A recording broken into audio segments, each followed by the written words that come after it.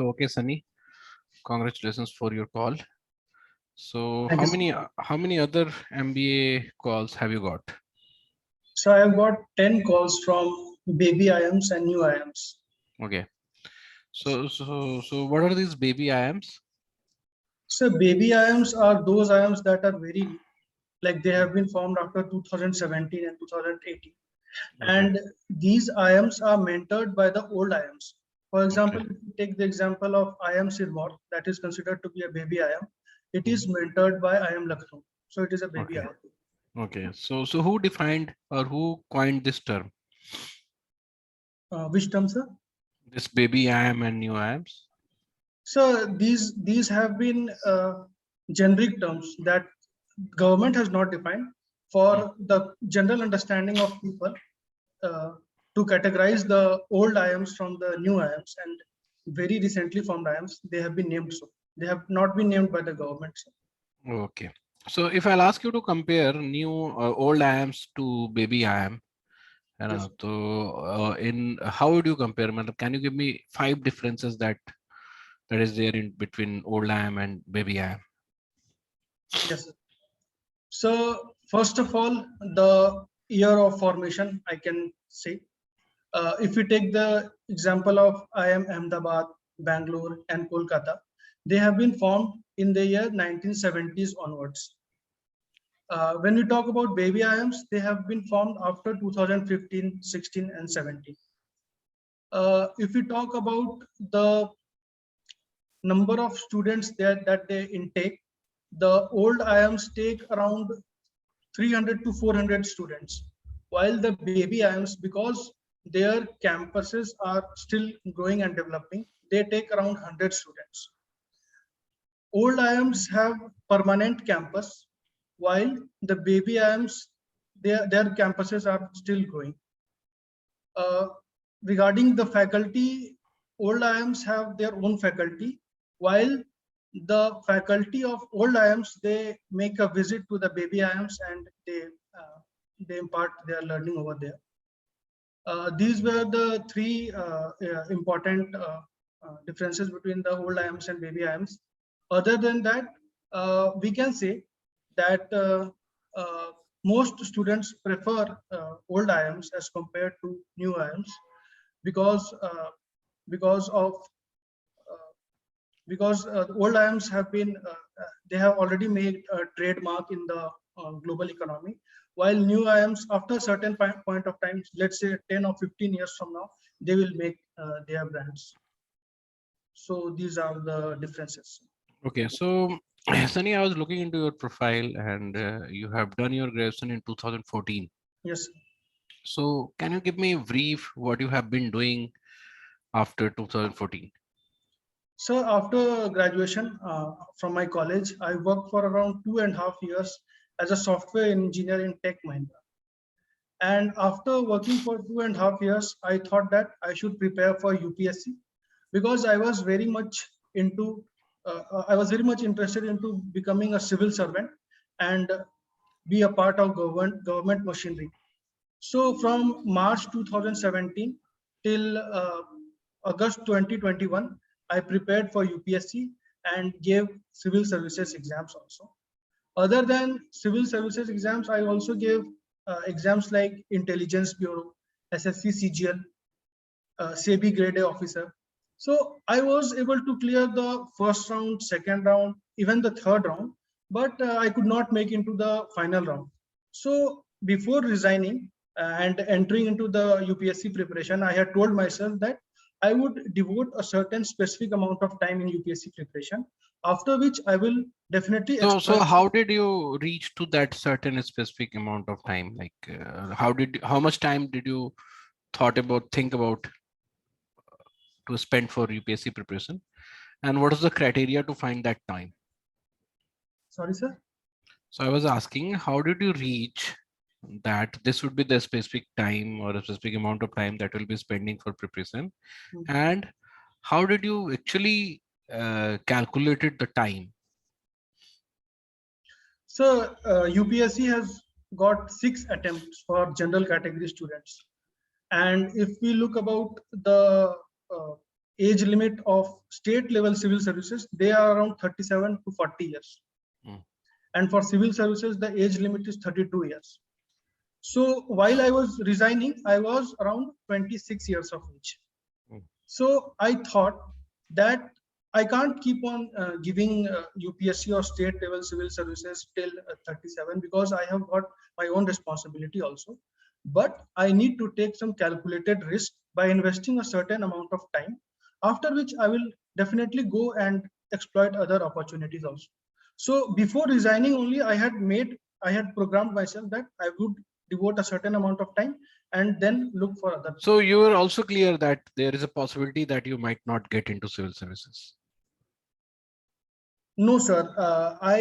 In fact, I gave many. I was able to reach, as I said earlier, also I was able to reach the first round of state level civil services exams. Also, I have missed by 2 marks also in some of the exams. So I have the potential, I have the ability, but I think it's time to move on. Okay. So what was the most critical or a critical reason or critical factor that you can say that because of this you could not qualify UPSC? So most critical reason for Reason, my. you're not, I'll not talk about, or I'll not say it failure. I'll ask what was the reason that you can point out due to which you did not qualify UPSC? So because there are 3 stages: preliminary, mains, and interview, and the syllabus is quite vast. So I was I when I introspect, I feel that I was not able to devote equal amount of time to all the subjects. When I gave my attempts, I had the preparation of mains, that was second stage, but I was I failed in prelims only. So I was not able to clear prelims and write and display my knowledge in mains, because I was not able to clear prelims only. So because I was not able to manage all the subjects equally, I think that was the reason for me not clearing the exams. Okay. So now after you have left this UPSC preparation and now you can you are like one such students that who have already decided that you will be devoting this much amount of time. Yes, sir. So can you tell me what are the impact of UPSC preparation on the youth, and especially those who are not was not able to who are not able to successfully crack the exam? So UPSC preparation demands time.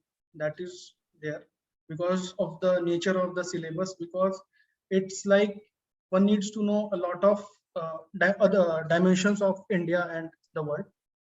And I think, and I have seen also a number of young students, uh, particularly in their 20s, they are coming here for UPSC preparation and devote a lot of time. And there are some students who don't give other exams also other than UPSC, while they can use the knowledge of UPSC for other exams also, but they simply don't give, just for their complete devotion and their determination to succeed in UPSC. And because of that, they waste a lot of financial resources as well as their time, energy, their youth, when they could even manage their labor and effort in other sectors like private sector. They could achieve a lot, but they still spend here almost 7 to 8 years of their life in UPSC preparation, and many of them are not able to succeed. So I always feel that it is not a bad decision to prepare for UPSC. It is a good decision. One should take some risks, but those risks should be calculated. They should invest a certain amount of time, after which they should definitely switch to other exams. Yes. Okay. Okay. So how did you prepare for UPSC? What was your mode of preparation?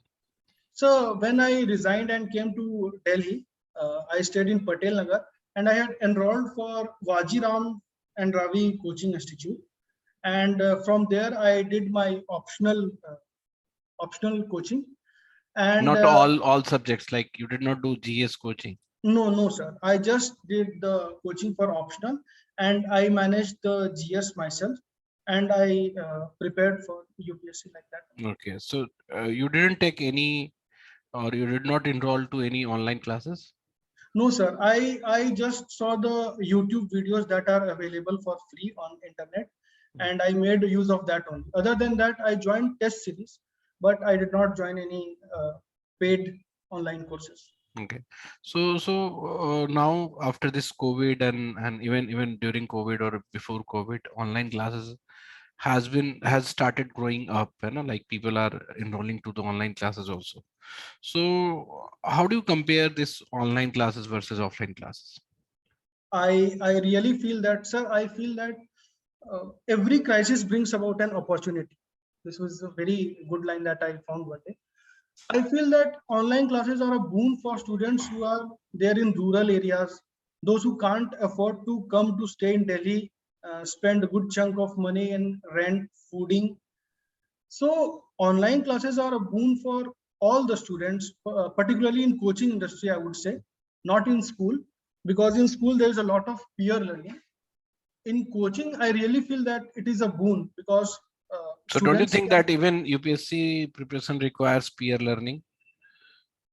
So UPSC preparation requires peer learning, but it requires more of self-study than peer learning. Peer learning to a certain extent, not as much as is required in schools and colleges, but but more requirement is that of self-study in UPSC preparation. I feel so. Okay. And these online classes have really affected the the method of study, because everyone can easily access these online courses through their smartphones and through internet. So this is very good, sir. Okay. So Sunny, now you are looking to do MBA after this preparation or after uh, all Yes, sir. these years. So what do you expect from MBA? So when I was working in Tech Mahindra as a software engineer, what I was doing was my technical skills, like manual testing, automation testing, working on Selenium. But if I see organization as a whole, there are other dimensions also of an organization like marketing, sales, HR. So I felt while I was in Tech Mahindra only that if I come to know about the other dimensions also, other than my technical knowledge, I would be able to contribute to the company in a better way, as well as able to reach up the ladder of growth in the company. Yes. So this is how you thought about MBA, Yes, sir. but that was long term ago. But you are going to do MBA right now. So, other than that, I also feel that if a person does MBA from a reputed institute like IIM, there's a great peer learning, because students from every background and some of the brightest minds they reach to IIM.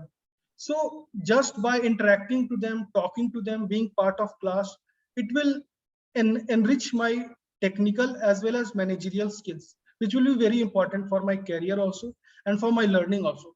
So that is why I have decided to pursue MBA. Okay. So what are the specialization or what specialization you will be going in? So because I have already worked in IT, so I will be preferring IT and business analytics in MBA. Okay. So is this two specialization are different? Like IT is a different specialization or business analytics is a different specialization? Yes, Or you sir. can keep them in one, keep them both in one specialization. So business analytics, if we see, then it is a recently grown domain of IT only. Uh, Business analytics involves analyzing, uh, exploring, and gathering of data in such a way that a company is able to make proper decisions. So IT, even though IT is different than business analytics, but business analytics is a recently grown part of IT only. And what do we study in IT specialization So other than in business analytics? Yes, sir. So IT, if we see, then the definition of IT is the usage of computer, networking, and other hardware as well as software for the dissemination and collection of data. Mm. So if a person does specialization in IT, then uh, he can uh, contribute specifically to the IT domain only. Mm. Whereas business analytics takes into consideration the data as a whole, and on the basis of that data, we are able to generate decisions. So that decisions becomes part of the business analytics. Okay. So once you'll do the business analytics or whatever specialization that you're looking, Yes. what kind of industry do you like? Like you want to work in which industry? So I would like to work in e-commerce industries like Amazon. Uh, yes, sir. Amazon, Walmart, Flipkart. Okay, Sunny. So tell me your long-term goals. Like after doing MBA, after few years of MBA, what do you want to achieve? So first of all, I would like to implement whatever I have learned in my MBA course in the industry that I will join. And after joining that company, I would like to become a senior business analyst or functional head of that company, whichever I will join. Okay. So are you not attracted with the startup culture, or are you not interested in starting your business? So I am more interested in IT company only. I'm not very much interested in startups. Okay. So coming to startup, don't you think that after being qualified or after achieving the leadership capabilities, you should implement your knowledge into a startup only so you can reach greater goals or greater height? And since the recent times we have seen a great boom in startup, so do you not find this attractive? So I have always thought of working in a company that has already been established or that is already there in the company. I have not thought much of startups because right now I was into the preparation mode of UPSC. Now I have decided to do MBA. So now my focus is to join a well-established company, gain experience. Because once we enter in a company that is already established, we Okay, get Sunny. to. So what I'll ask, what my next question will require some of your UPSC preparation also. Yes. So can you picture or can you draw a picture of Indian economy, which is the structure of Indian economy right now and where we are heading? So if I'll ask you to brief about the Indian economy in 2-3 minutes, how would you do that? So brief Indian economy in terms of what? About Indian economy, whatever, it's whatever respect you can talk about that. So if we look about the any economy that is primarily divided into three sectors: primary, secondary, and tertiary. Generally, any economy that it changes from primary to secondary and then finally to tertiary. But in case of Indian economy, it turned to tertiary sector directly from primary sector. After the 1991 LPG reforms, lot of services sector made growth in the India, and services sector have grown a lot. But India was not able to enter the manufacturing sector, that is secondary sector. So what I feel now, that according to data, the tertiary sector contributes around 60% to the Indian economy. Manufacturing sector contributes around 35% to Indian economy, and primary sector contributes about 15% to Indian economy. Now, services sector, they require specialized skills, and a large part of Indian labor is not skilled. They are not acquainted with the market driven requirement of the knowledge that is required. For example, any given person is not will not be able to work in IT sector because IT sector requires some certain specialized skills. So what I feel that India needs to invest in manufacturing sector also, because then it will be able to contribute in GDP also, as well as able to generate employment, so that a vast number of youth, those who are entering the labor market. Around 10 lakh people enter into the labor market every month. So we need to accommodate them also, because we need to make the use of the demographic dividend.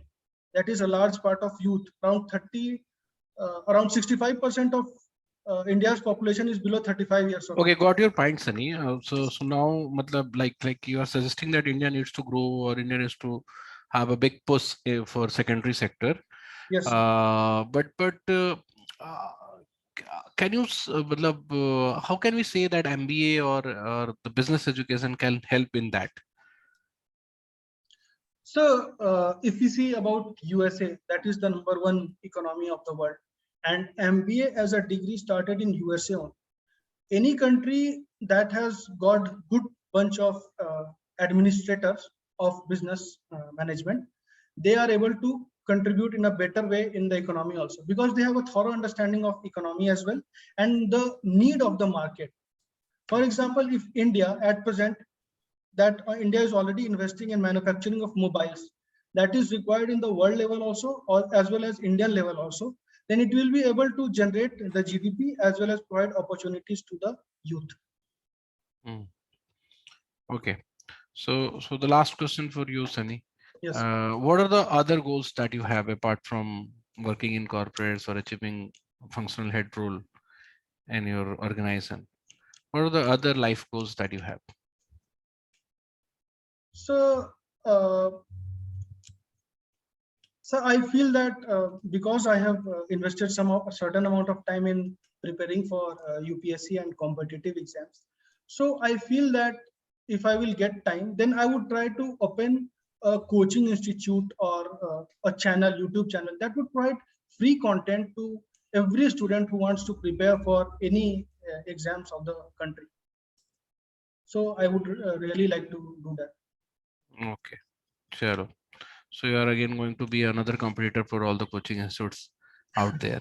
And since you'll be providing free resources, Yes. again, you're going to make big dent. Okay, okay, Sunny, best of luck. Thank you.